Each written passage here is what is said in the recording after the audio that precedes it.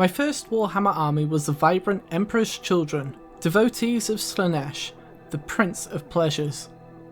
Today, I commit high treason and begin working on my first Eldar miniature, Maurgan Ra, the Harvester of Souls. This miniature is presented to us as a strong and powerful character, using a wide stance and looking down on his foes from an elevated point. To me, there appears to be an air of arrogance around him.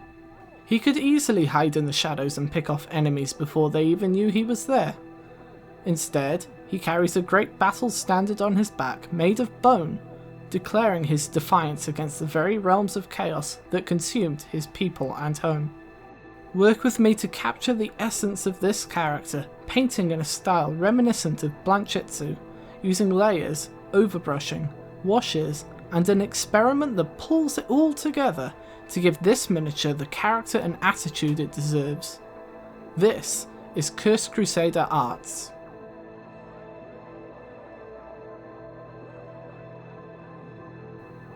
After constructing the miniature, we use Armageddon dust to fill the negative space around the sculpted terrain, adding texture to the base.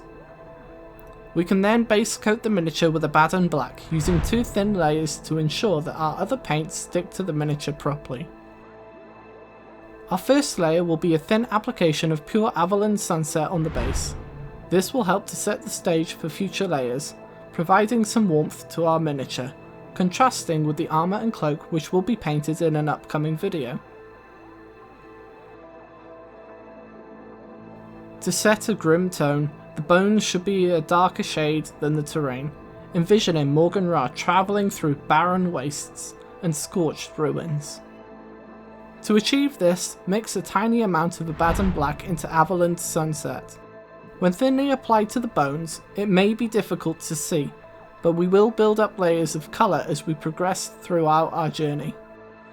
It is important to understand that yellow, red and white paints are translucent, so we must be aware that our previous layers will show through. In our case, we can utilise this attribute to our advantage, allowing our base colours to darken the overall product without having to do too much work. Returning to the base, we can overbrush or stipple on Xandri dust. We can be rough with our paints where we applied the Armageddon dust so that it can look as natural or chaotic as we like. However, we must take care and be precise when painting the stones so that we do not flood the runes with thick paint. We can then stipple or dry brush Morghast bone into areas where we can expect natural light variation. Take care to remove most of the paint so that it is not too bright when it is applied, as we need it to match the darker mood of our painting style. Before applying any washes, we can add thin layers of Xandri dust to the bones. This is one of our core colours, so ensure that the layer covers most of the bone, only leaving the previous layer visible where the shadows gather, such as between the ribs and the deep curves on the battle standard. As we prepare to apply washes, it is important that we make sure the paint has dried completely.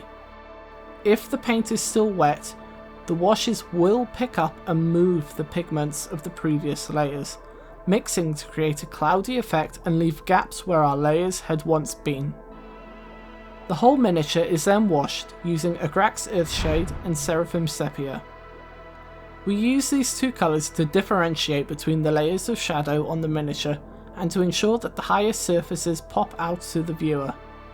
To do this, we first apply a generous amount of Agrax Earthshade into the deepest parts of the miniature. This pool of paint will allow us to use our brush to pick up and drag the pigment to where we want it to be, giving us total control of how far we want the shadows to grow before applying Seraphim Sepia. As we switch to our secondary wash, it is a good idea to decide if you want to wait for the previous wash to fully dry or not.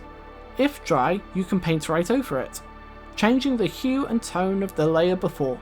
However, if you have a spot that has dried darker than you might like, it may be difficult to correct this without repainting the segment.